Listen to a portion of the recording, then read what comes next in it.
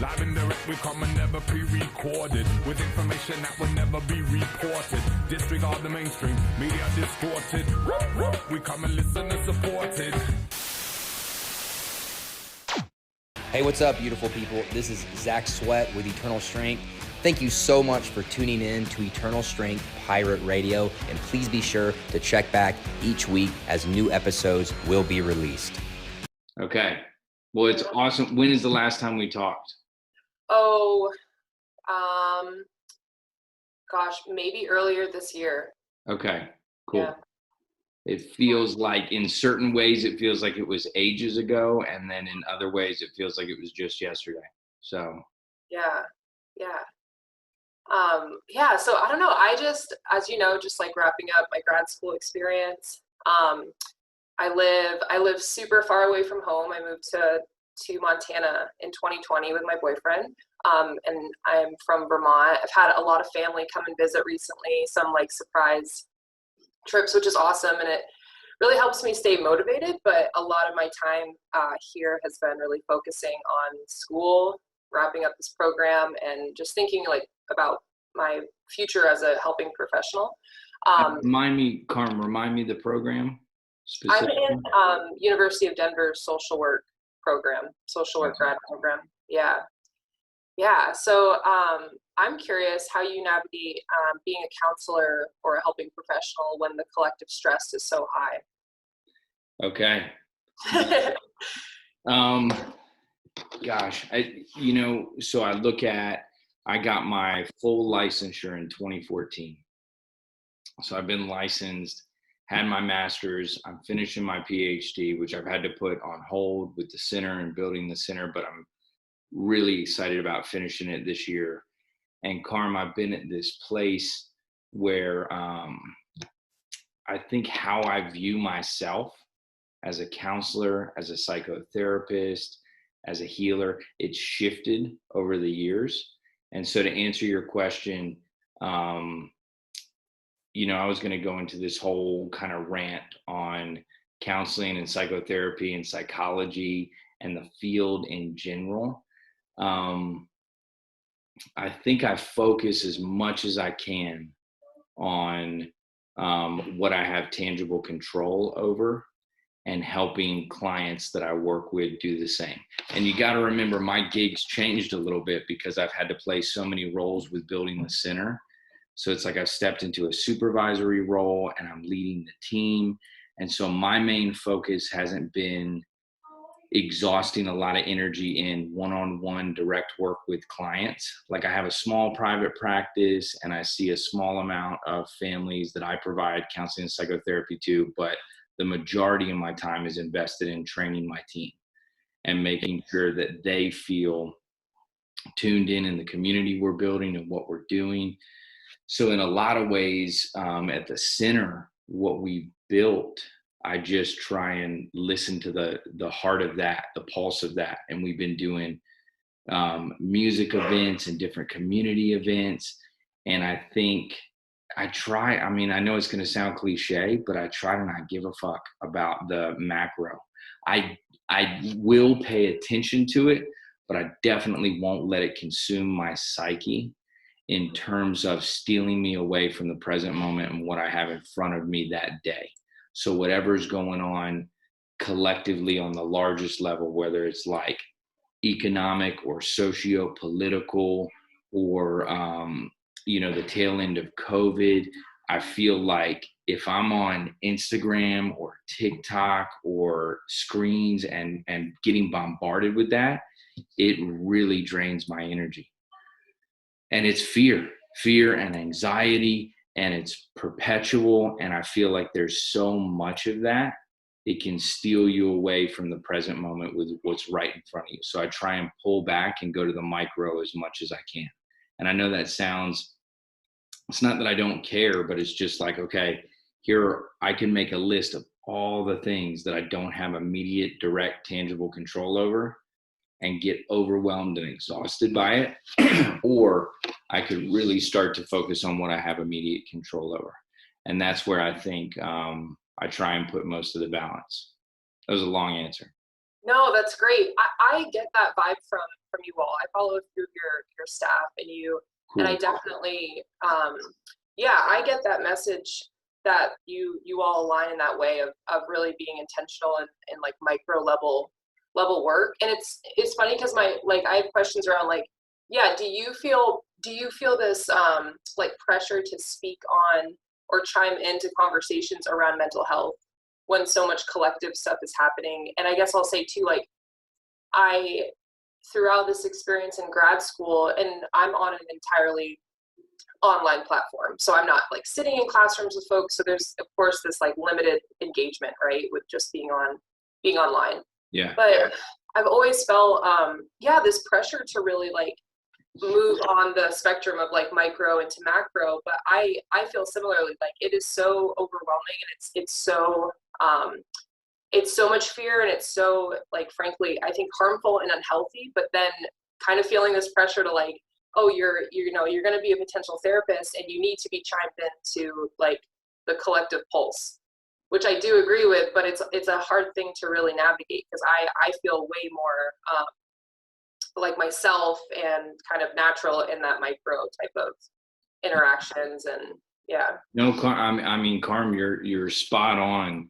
I think there is a conscious and an unconscious pressure and obligation to where is your voice? Where do you stand in mental health, in these particular socio-political issues?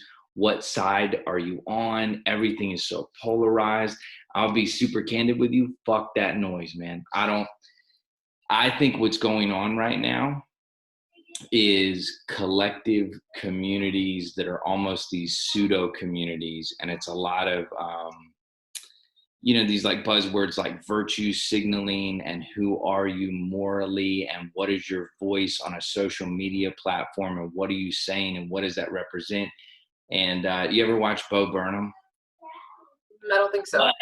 The comedian Bo Burnham? I don't think so. Oh, Harm, you got it. He's awesome, man. He's like the modern day George Carlin. Young dude, but really, really intelligent. And he did a couple different specials, but he did one while COVID was going on. And he called it Inside, and it's on Netflix. But there's this beautiful clip. And he's making fun of, he's a social brand consultant, and he's sitting there and he does this comedy skit, and he's like talking about brands and how they build marketing and what their voice is. And he's like, it's really important to know where you stand as a brand nowadays, and you have to let the people know who you are and what you represent. And he's like, who are you, Bagel Bites? And this guy up, he like plays piano. Yeah. Okay. And then at one point he says something like, it's no longer about do you like wheat thins? It's will you support wheat thins in the fight against Lyme disease? Right. And so I see it as like this, everything is trying to further capital and marketing and exposure and monetary gain. And everybody's invested, and mental health and counseling has become a big part of that. Is like, what is the latest finger on the pulse issue that you're talking about? And then you see a lot of therapists that want to basically chime in and make it about what's most pertinent with that particular issue going on. And so I've let go of that pressure. If anything, like somebody mentioned the other day, here I am and we're running Internal Strength and we're doing all this beautiful healing work. And somebody was like, May is mental health month. And I was like, oh shit, I didn't even know. But it just seems like that these things are more of like a Hallmark card thing where I'd rather have my entire life enveloped in what it means to be a holistic healer, a therapist, a caregiver, than to feel like I need to hop on the bandwagon with whatever the latest issue is around mental health. Because it's really sad to kind of watch how quickly things get polarized, whether it's an issue of like school shootings or gun violence or mental health in the school systems. There's so many battles to be fought. that I think, you know, you better only chime in if you really have something to say and you can take it all the way from start to finish, not as a social pressure of, oh my God, this thing happened. I'm a therapist. What does that mean? What should I say? And how should I do that? You got to do it from your own heart. So I feel like that part feels very unnatural. okay. That pressure of like, which I don't think, it doesn't feel organic. It feels like a pressure that's coming from somewhere else, and it doesn't feel natural.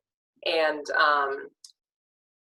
yeah, and I know it's just coming from like being surrounded with other, you know, younger folks like in the field and stuff who are, but it feels very performative to me. Yeah. And yeah, and I just have to trust that, because there's times when I'm like, does this mean something about me if I'm not necessarily using my social media as an outlet to talk about these things? And if I do talk about them, is it okay that I'm talking about them in a different way? Or, you know, if it doesn't kind of, if it doesn't look like how everyone else seems to be like engaging, if that makes sense, or using absolutely as a way. Caught up in that whole soup of like, how am I going to be perceived, and what does that do to my persona, and how is the social other reading that? And I just think that can run you wild, man. Yeah, absolutely. I think you speak from your heart, share your truth. And then, you know, Carm, I think a lot of, I had this awesome conversation with Dr. Hans Scott Meyer, who is on my dissertation committee, and I'm so grateful for him. Now, he is a big proponent of critical psychology and a deconstructing of the entire field of psychology and psychiatry, and turning it upside down and looking at it and picking it apart, and really doing due diligence to look what it's doing, and just a really critical eye. And we were having lunch the other day, and he said, Wes, there's this whole term, mental health, that hasn't even really been defined succinctly. And it's just this broad umbrella term that everybody is chiming in on, as if there is an optimal or a normal or a set mental health that everyone should achieve. When in reality, our culture and our society is looking at forces of, you know, conformity and ways that our society deems this is healthy. And this is what the optimal, normal mental health state should be. I think even that alone puts pressure on us as individuals to go, I got to be healthy. I need to make sure that my mental health is in tune, when in fact it's such a nuanced and different thing for every human being, where they are developmentally, what their wishes, their hopes, their dreams, what they want for their life, psycho-spiritually, on every level, it's different. So to find out like what somebody's mental health is, you really got to sit with that human soul and say, what do you want for your life? Who are you? What are you seeking? What is going to bring you wholeness? And what does mental health mean to you? And how do we define that? And I think you got a bunch of people running around who have the 7 simple steps to achieve mental health, and they've already defined it and generalized it to everybody, you know? Yeah. Anyways. Yeah. No, I love it. How do you have those kind of conversations with your youth that you work with on that level, or do you kind of just let them like happen naturally? Or yeah, we definitely do. I think everybody is invested in wanting to know from the youth that come up to Eternal Strength, who are you? What makes you tick? What opens your heart? What makes you want to be alive? What do you care about? Where do you draw energy from? And that's that relational piece. And so I think for us, it's none of our counselors or mentors or healers coming in and going, I'm going to go meet with this kid and get them where I think they should be. It's, I'm going to take this kid's hand and we're going to walk into the unknown together. We're going to walk into a space of creative exploration, of sharing our heart and soul with one another, and of letting what needs to unravel in that space, in hopes that healing can happen in deep connection and relationship. And that's how we define radical youth work, which is the methodology that I'm gonna, once I finish my dissertation, gonna work on a book with Hans and Kathy called Radical Youth Work. And it's that mutual liberation piece. So it's co-collaborative. So before we ever, I think each one of us on the team is working on holistically our own version of what health is mentally for ourselves, and finding our passion and kind of weaving our own mental health and leading by example.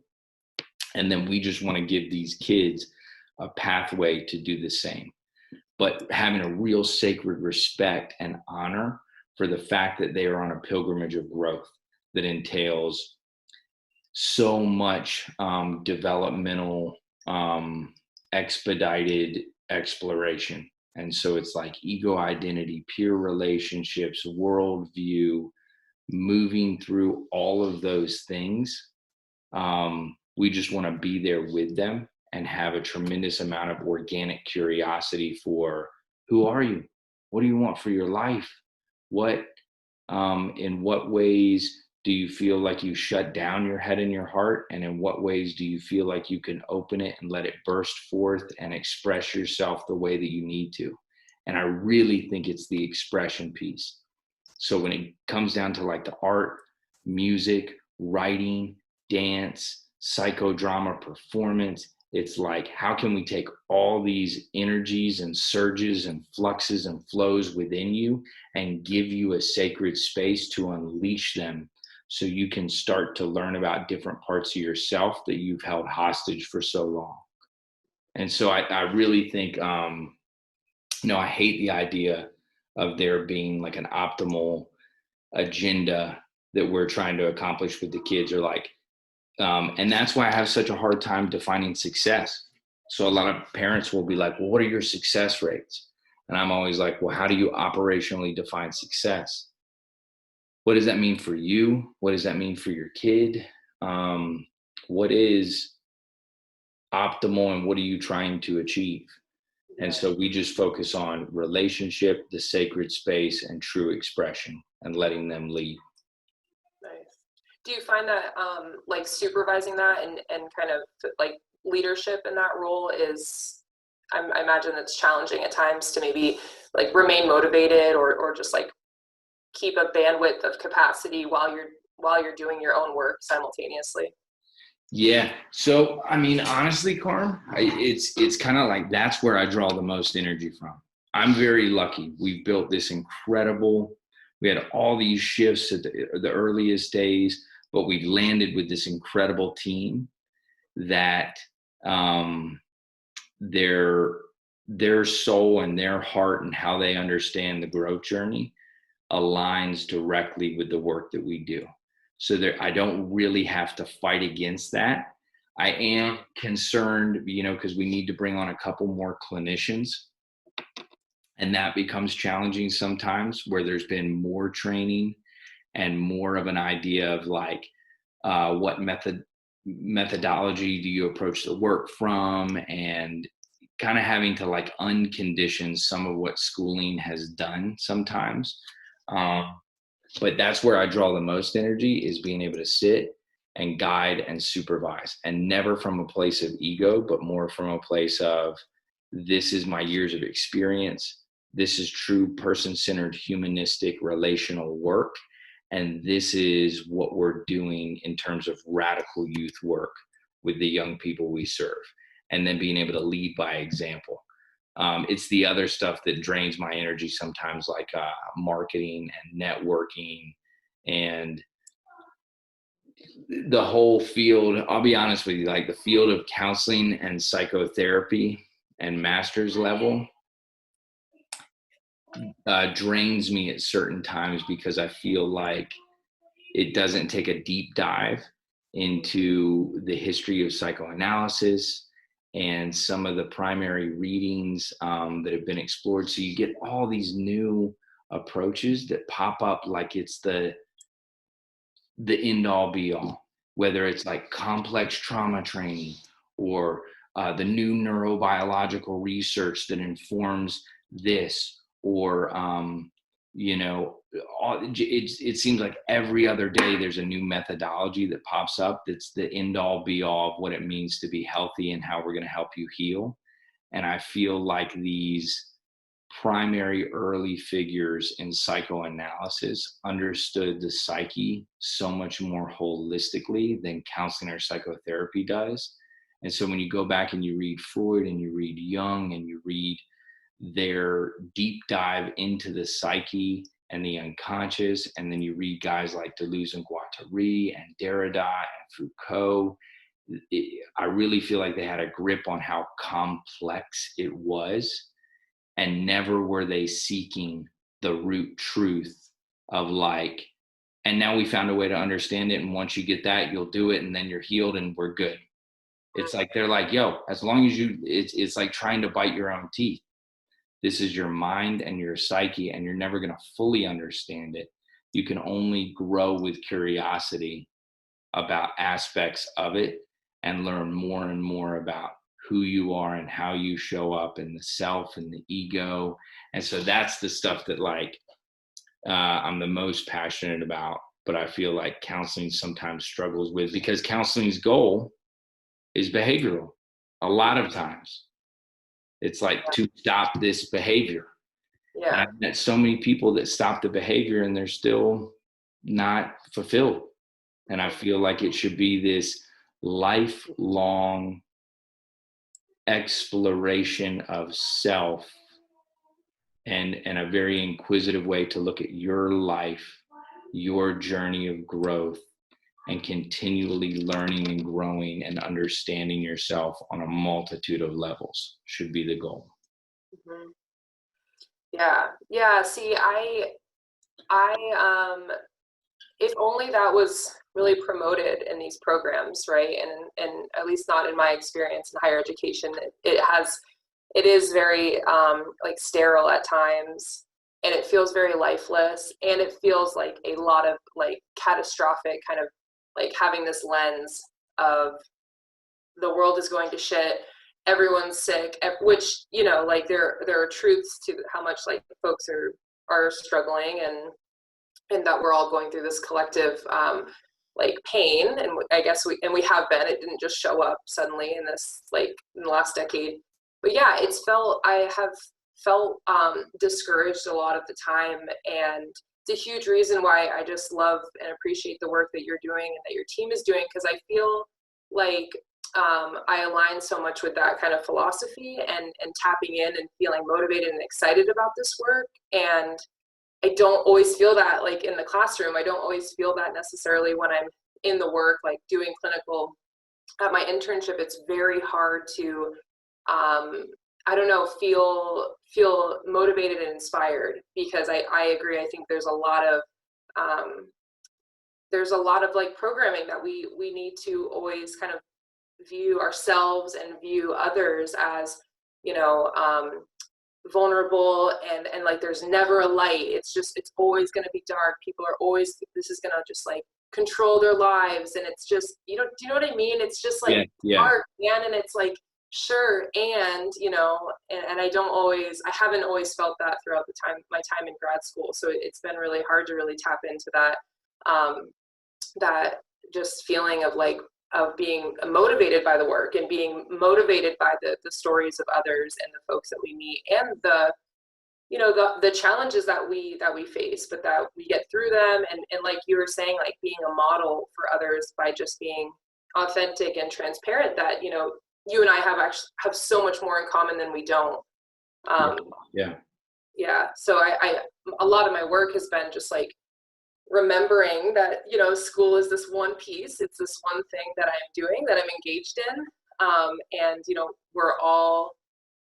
everyone that I interface, like we're all coming with our own experiences and our own stories, and we're just trying to, you know, coexist together. But that there is no there is no right way. There is no answer. And it's okay that I don't know. It's like becomes so much less about knowing. And I've met other students who just, there's like this pressure, like I have to know everything. I have to know everything about and it's like their personality now, you know? Yeah. And it's just like, it's so, I just don't, I just have found like, I felt kind of like isolated in a lot of ways. I'm like, damn, I know I want to do this, but I don't know. I just feel like some things for me just don't really land. And I think that's okay. I've accepted that that's totally fine, but I'm just been very curious about like how folks like yourself, just navigate that while pursuing, you know, on your path.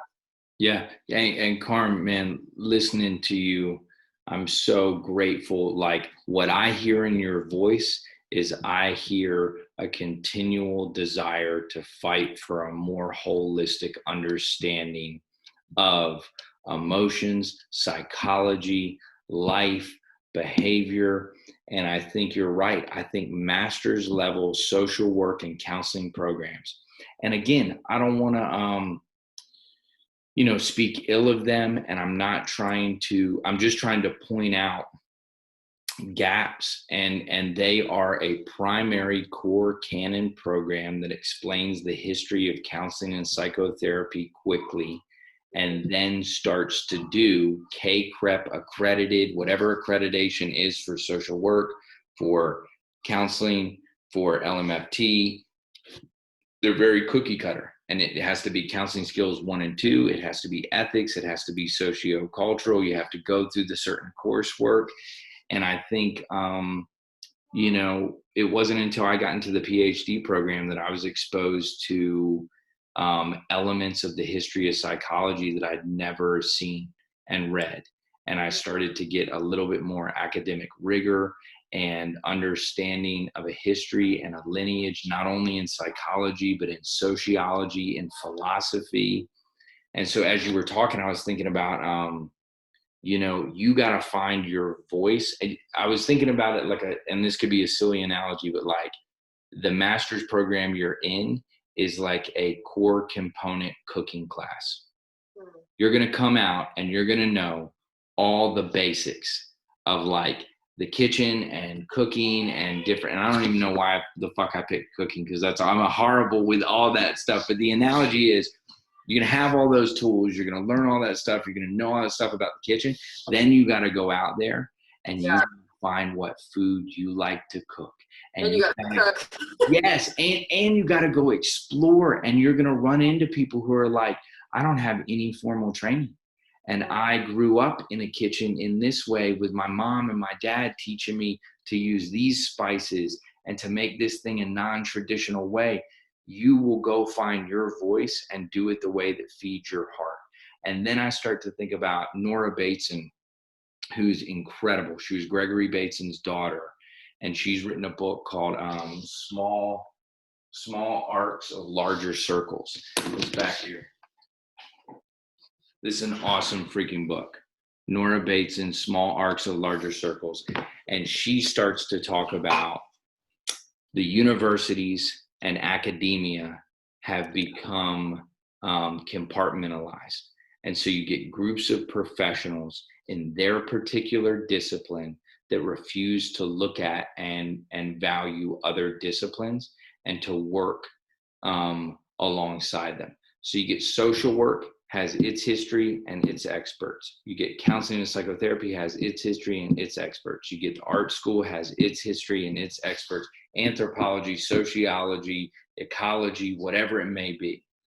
And she says, there's one beautiful part, and she's just talking about this idea of mental monocropping, which is we have these ideas about life and behavior and society and culture, all of our thoughts and our ideas. But the schools and the departments teach us to use an ecological analogy, to do monocropping, where we don't cross-pollinate. You have your field of land and you only use this particular seed, and you don't cross-pollinate ideas. And she says, mental monocropping is imprisonment. Emancipate the ideas and they will burst into co-evolutionary bloom in a nearly unreadable knot of spiraling influences. This will be untidy in another way. They will leak into each other. And then she goes on, biology is history, is communication. Anthropology is architecture, is agriculture, is what some old women have known all their lives. But if expertise is specialized, then strangled, profiled ideas become the currency, and I am broke and we are broken. So it's like, man, that's where I think I love the study of counseling and psychotherapy.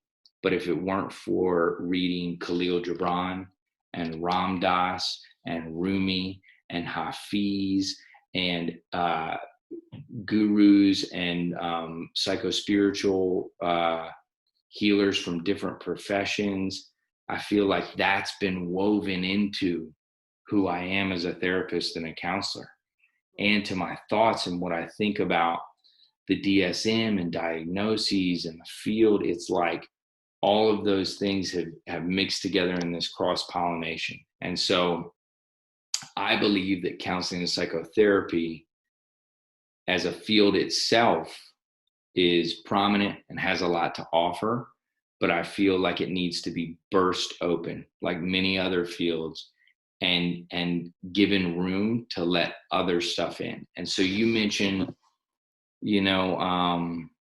feeling kind of confined with what counseling and psychotherapy tells people. Like, you have this thing and you always have it, and it's an attachment issue, and it's from early childhood complex trauma, and we're going to give you this diagnosis, and the treatment that you're going to have to do is going to be this, and you may or may not be able to walk away. The psychospiritual community is going to say something completely different and go, you're not even that entity. How you even think about yourself as an I isn't really even an I. The ego is not truly real. You are unlimited love, light, and potential. And you can peel back those layers of ego and have a much deeper understanding of your heart and your soul and your beauty and your truth, regardless of any external thing that you've ever lived or gone through. And so it's like, you get all these crazy things. And it's like, I do believe that the most powerful force in the human psyche is how you describe yourself to yourself.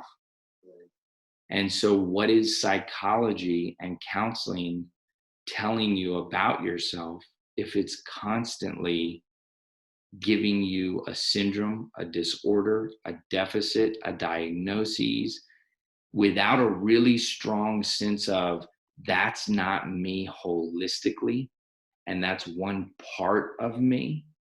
You can become consumed by it. And it inevitably takes people to a place of, I'm broken, I'm damaged, there's something wrong with me. And it helps people kind of pick through the layers and go, and it came from this. It came from my earliest relationships with my mom and my dad, and attachment issues and trauma that I've been through. But I really think there's a need for, like you said, an opening to be able to say what Carl Jung said. You are not what happened to you. You are what you choose to become. Mm-hmm. And that journey can happen any way that you need it to. And for people, it could be with a counselor, it could be with a psychotherapist, it could be with a best friend, it could be with a deep spiritual journey. Anything can be therapeutic.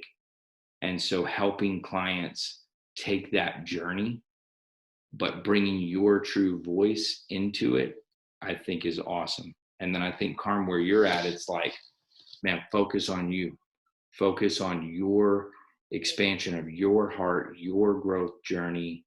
If you put the primary focus there, you're always going to be able to hold sacred space for others. Yeah. No, I appreciate that. Last time we spoke, something that you offered me was like, like kind of what we're talking about now. Don't get too like fixated on the education piece. Like, you're in it and you're doing this, and that's great, but don't let it, don't think about it too much in that regard. And I've been practicing that, and that was another piece of like pulling it back to me. And I think I have like some questions around burnout, but I was overextending myself and really giving a lot of my power and energy away. And I was doing active crisis work is my internship, doing work with survivors of DV, Man. and and I was starting to shift, and I was noticing other interns who are there and becoming, critiquing and thinking like, damn, why do they do this? And I wish they would talk to, women differently and just show up more, and kind of becoming, and I was realized like, oh my God, I'm actually really unwell. This is actually what they're doing, is really has nothing to do with me. And I'm starting to kind of bleed out, and like my energy reserve is really like, broken. And so, I appreciate that reminder, because, it's really all about me and how I show up. And I try to, and I catch myself like, and I know that that's like my inner critic that really shows up, that really isn't even me. It's just kind of, again, that programming that tells me like, the imposter syndrome and all of this stuff. And how I've managed that is really just letting go, and like letting go of all that pressure. I don't need to show up as anybody but myself.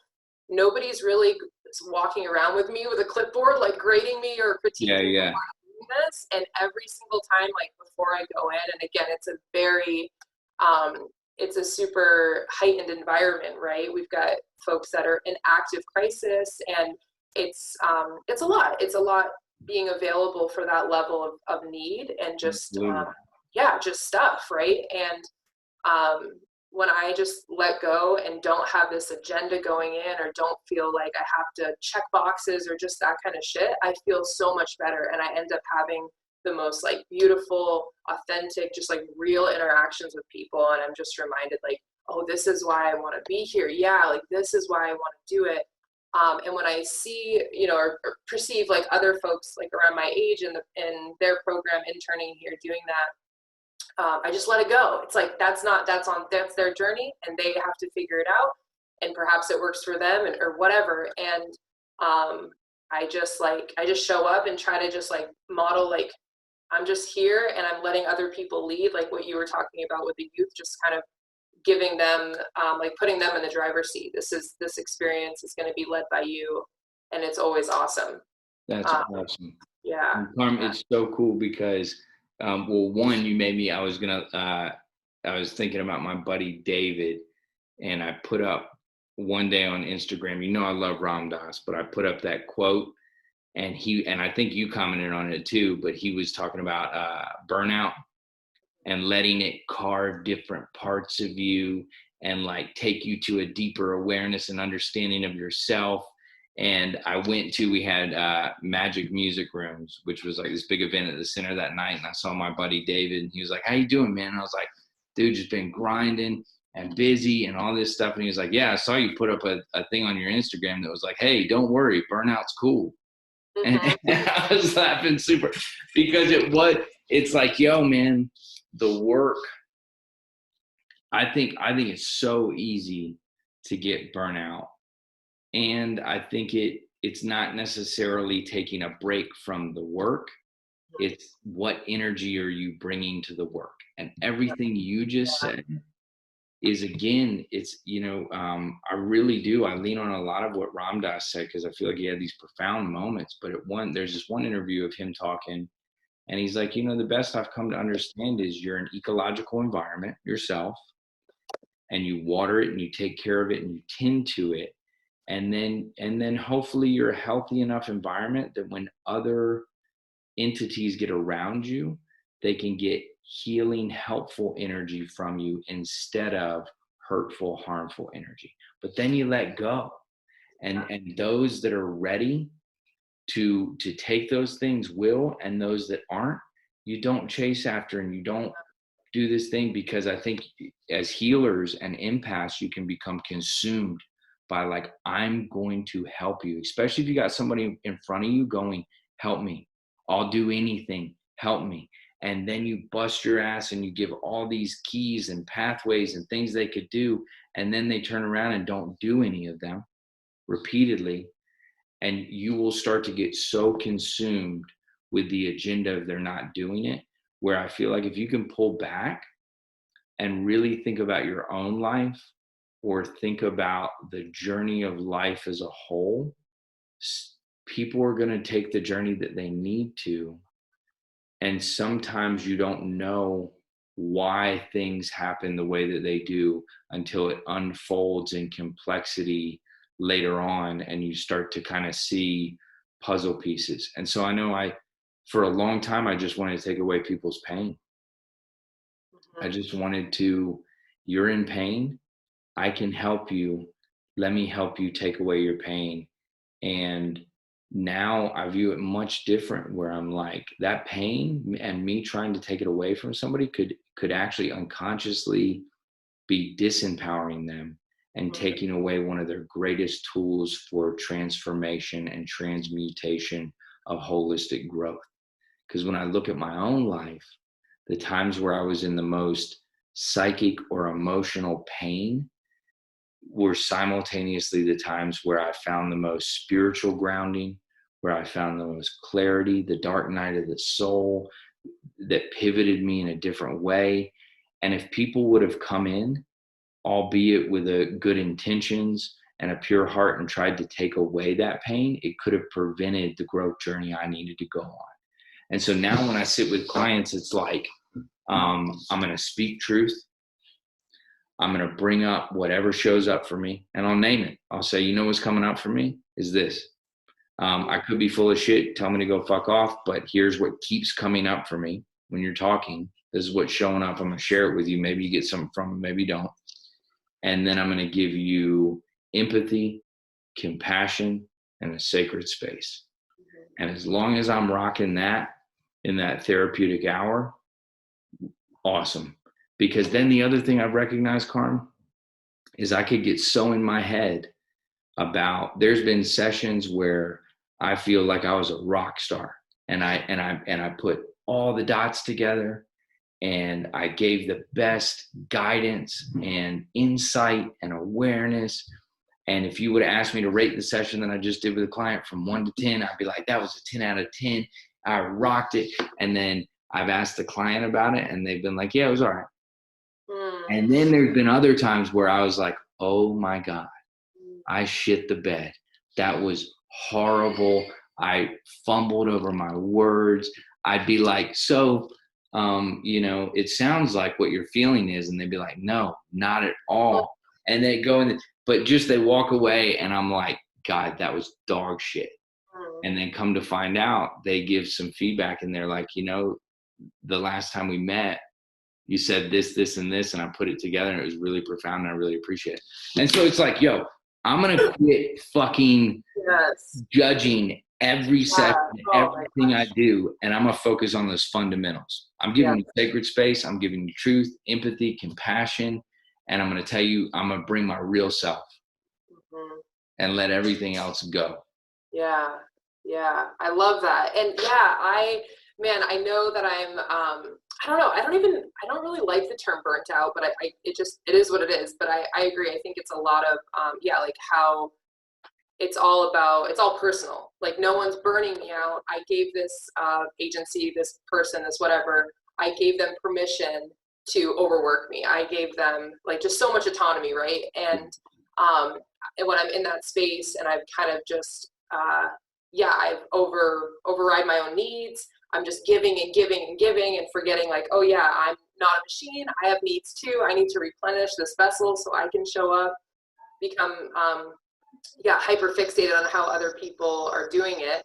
And then, that letting go just helps me like take that, like I'm not obligated to teach anybody anything, right? I'm really here for me. And if I happen to teach somebody something, that's awesome. But that pressure and that inner critic is so real and like loud at times. And I just gave my power to it for a while, and it wasn't good for me, and it wasn't good for how I showed up, because it was so loud that I was sitting with a survivor and we're talking, and they had said so much, and I didn't remember any of it. And I too was like fumbling, and I'm like, shit, like this isn't me. Like I've been doing this for a while. I've met so many people. I've had so many like experiences. Like I know that I'm skilled and I can do this, but right now, like I'm not well. There's just this overwhelming pressure. And yeah, and so like making a conscious effort to quiet that and let it go and just like push, like I just visualize like pushing all this paper off the desk and just being like, we're here together. Yep.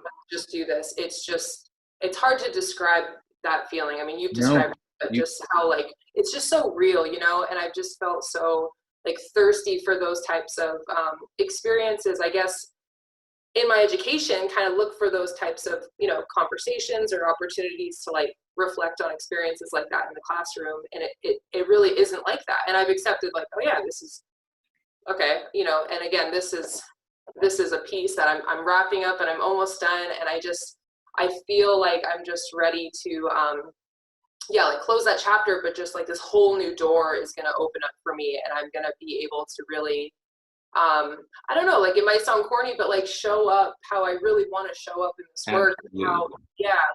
How I really want to be as a therapist, or just, you know, just all of those identities really like blending together. So like what you were talking about, not just in this like silo of, you know, and then I come home and then I'm a different person. It's just really, I like the idea.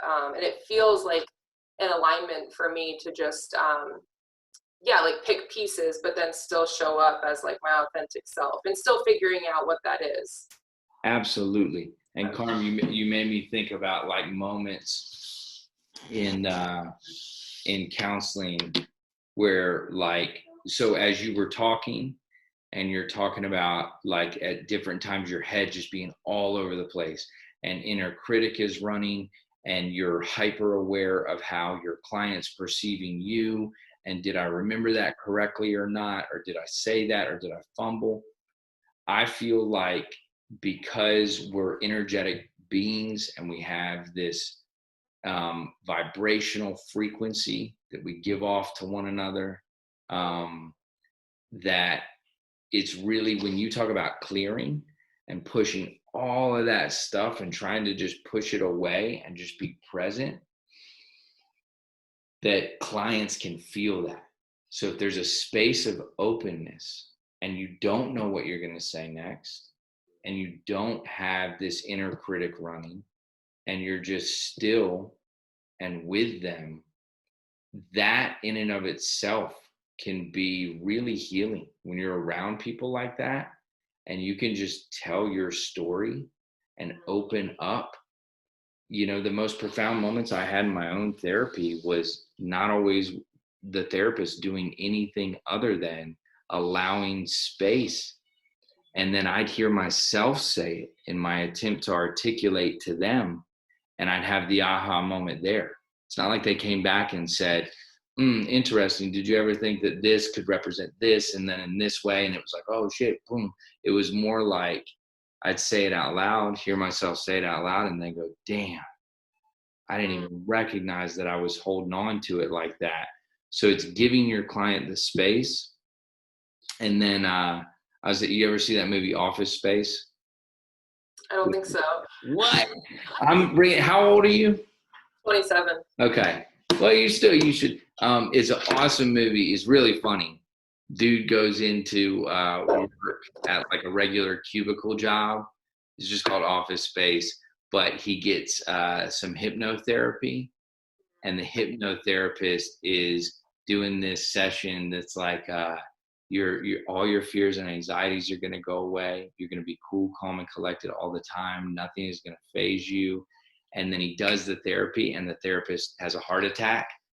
He's doing the hypnotherapy and dies. And so this guy is stuck in the hypnosis, but he's like super chill. He basically doesn't give a fuck about anything anymore. So he like sleeps in. But then he starts coming into the office in a totally different vibration, and upper management is like interviewing him. And then they're like, you're really different. We really like you. We think you're even, we need to give you a rate. Anyways, it's very funny. It's like, but I think about that scene sometimes where it's like, man, what if you just walk in there different, you know? And again, you're in crisis management, domestic violence, people, you know, secondary trauma is real. Yes. And holding on to these people's emotions as they share with you and they process. So doing whatever you can to clear your energy and to care for yourself is really, really important. And then also just trusting, Carm, that it's going to come in waves. It's not like you are burnout now and then you're going to achieve a time where you're not burnout. It's gonna ebb and flow, but you kind of learning the seasons of which you feel overwhelmed by the work, and then you have this whole toolkit of how to kind of unleash and let go of it and show up in a different way.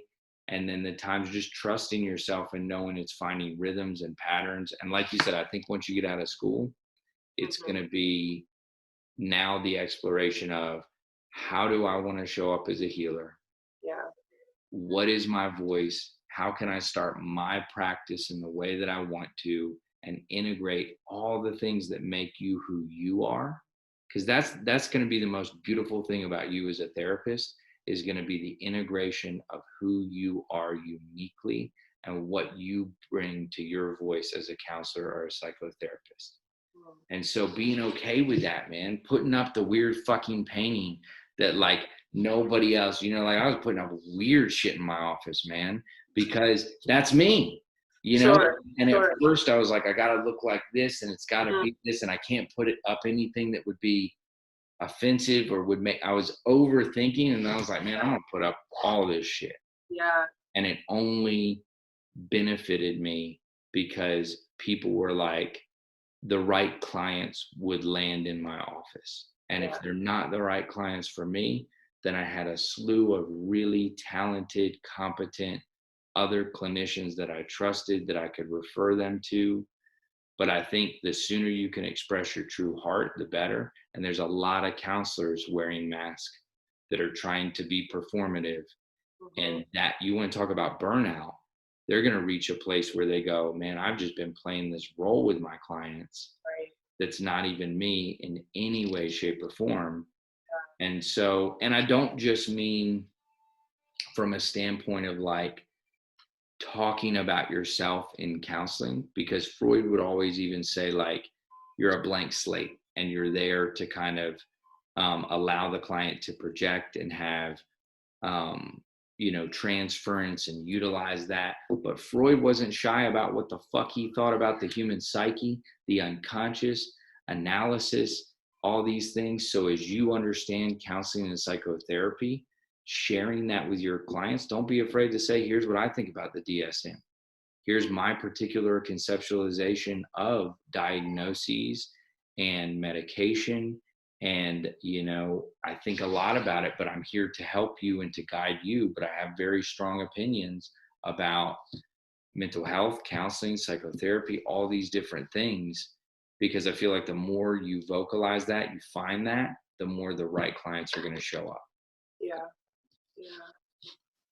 Thank you. Yeah, I a lot of the work too has been like not getting defeated or discouraged, doing the work in active crisis, and coming to realize like, oh, actually it's totally okay that I don't want to do this long term, right? Like that pressure to like, yeah, like I get to decide. I don't like, yes, I've done this for 2 years because it's been a part of the program. And once I'm done, then I get to do what I want to do. And it's been really great, but it's okay that, that it's been really, really hard. And it doesn't mean anything about me as a person, as a clinician. It's just really hard shit to do. And we're all complex and we're all showing up in this one place together, trying to figure it out. So that's been really liberating too. It just made me think of that, what you just shared. So. Yeah. And I would be more concerned if you were like, you know what, I want to do 12-hour a day crisis work for the rest of my life. I'd be like, I don't know if anybody should do that. Right. I think we should have teams of people that go in and do this really high intensity work and then can tag out, because man, it's draining. It would be like somebody on the front lines of a war. Right. And then like, man, that's when I'm the best soldier. It's like, well, you run that for 10 plus years and you're going to have a lot of baggage and a lot of stuff. So I think but I think your experience there is going to be pivotal everywhere else you go in the work that you do. And you're going to be grateful for it. At least that's how I felt with any of my crisis work, anything with intense suicidality, inpatient, severe drug use. All of those spaces of acute crisis work helped inform everything that I do in my private practice and then at Eternal Strength, to just have knowledge and awareness of the system that exists and how it kind of maneuvers. Oh, yeah. Yeah, the clearing has definitely helped me feel like more clarity and gratitude for it, which is, again, just such a beautiful, like, it's such a great gift of like taking, again, my power back and having more time to like take care of myself. Then I see so much, I just see like how, again, like more beautiful moments than stressful ones. There's always been like more, great experiences. So much more healing, connections that always outweighs the perceived problems and challenges. So that's, it's a really great feeling. Cool. Yeah. Awesome. Well, man, I want to thank you for coming on board, for talking. I think it's really awesome that you can share about your journey and where you're at and your growth as a healer, as a clinician. And Carmen, I'm sure we're going to stay connected and keep talking at every level as you keep doing the awesome work you're doing. Thank you. Yeah, thank you. I appreciate you and your whole team. And I know we've never met in person, but I feel like we've just gotten to know each other on this level. And I'm for it. So thank you. We will. We'll meet in person one day. You can come down and meet everybody and take a tour. It'll be awesome. Right on. Great. Rock and roll. Hey y'all, this is Wes. Thank you so much for tuning in to Eternal Strength Pirate Radio. Head on over to eternalstrengthatl.com. And don't forget to check out cosmiclamb.org, our 501c3 nonprofit, where you can make a donation and help us fulfill the mission of bringing radical youth work to any and all families in need.